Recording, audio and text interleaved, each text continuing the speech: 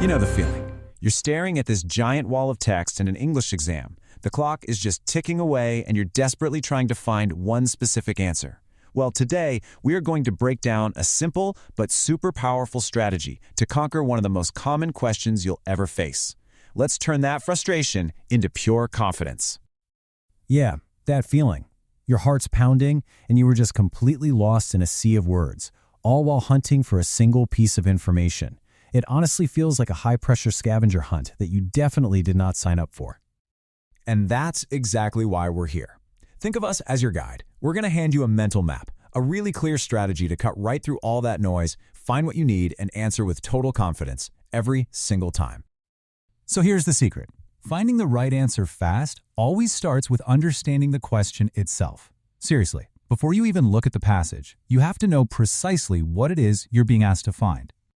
The specific opponent we are targeting today is what's called a fact question, and its mission is super simple. It just wants you to find information that is stated directly, explicitly, in the text. There's no guessing, no reading between the lines, just the cold, hard facts the author gives you.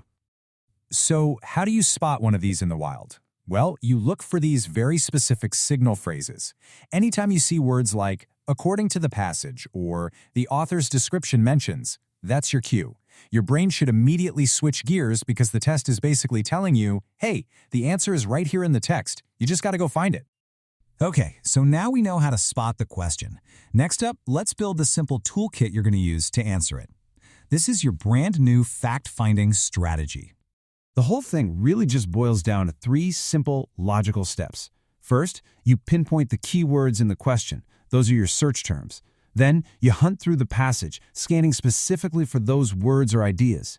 And finally, you eliminate the imposters, the multiple choice options that are just there to distract you. You're going to match your answer only to the evidence you actually found. All right, enough theory. Let's put this strategy to the test. We're going to apply our 3 steps to a real passage. This one's about one of Saturn's most fascinating moons, Titan. So here's our sample question. According to the passage, why is the band of clouds on Titan not locked to the equator like it is on Earth? And right away, you see it, right? That signal phrase, according to the passage. We know exactly what we're dealing with here. Let's start with step 1, pinpoint keywords. The most important terms here are Titan, band of clouds, not locked, and equator, okay? These are our search terms. This is what we're going to be looking for when we scan the text. Okay, time for step 2. Let's hunt. We're scanning for Titan, clouds, equator, and boom, we find a section comparing Earth and Titan. It mentions Earth's oceans locking the weather pattern, and then right here, this is the jackpot. Titan, which has no global ocean, exhibits a different pattern. That's it. The text just hands us the exact reason. And finally, step 3, eliminate those imposters. Now that we have our evidence, we can look at the answer choices. We are only looking for the one that says Titan's weather is different because it's missing a global ocean. Any other option, maybe something about its methane cycle or its temperature, that's an imposter because it isn't supported by this specific piece of text.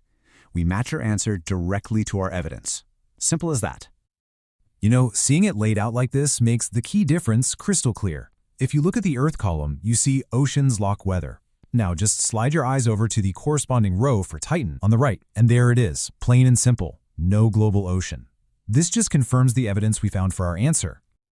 So, let's pull it all together. What you've just learned, this isn't some one-off trick. It is a systematic approach, a master strategy that you can use on any fact-based question that comes your way. This right here is the core of your new strategy. Just always remember these 3 steps. Pinpoint the keywords, hunt for the details, and eliminate the imposters. It's a simple, repeatable process that is going to cut through all the confusion, save you so much precious time, and yeah, it's going to boost your score. So the next time you're faced with that big, intimidating wall of text, you are not going to feel lost. Nope, you've got a system now. You have a clear, effective strategy to find exactly what you're looking for, and you'll be able to prove it. The real power here is this massive shift in your mindset. Instead of thinking, oh my gosh, where could the answer possibly be? You can now ask, okay, what are my keywords? That one single change puts you completely in control. It turns a stressful hunt into a confident search. So, what other parts of the exam could you master with that kind of focus?